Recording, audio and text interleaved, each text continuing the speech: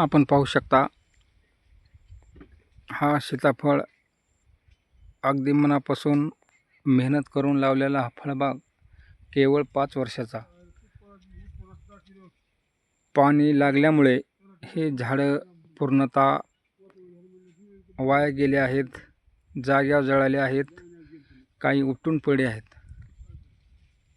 हे बघू शकता.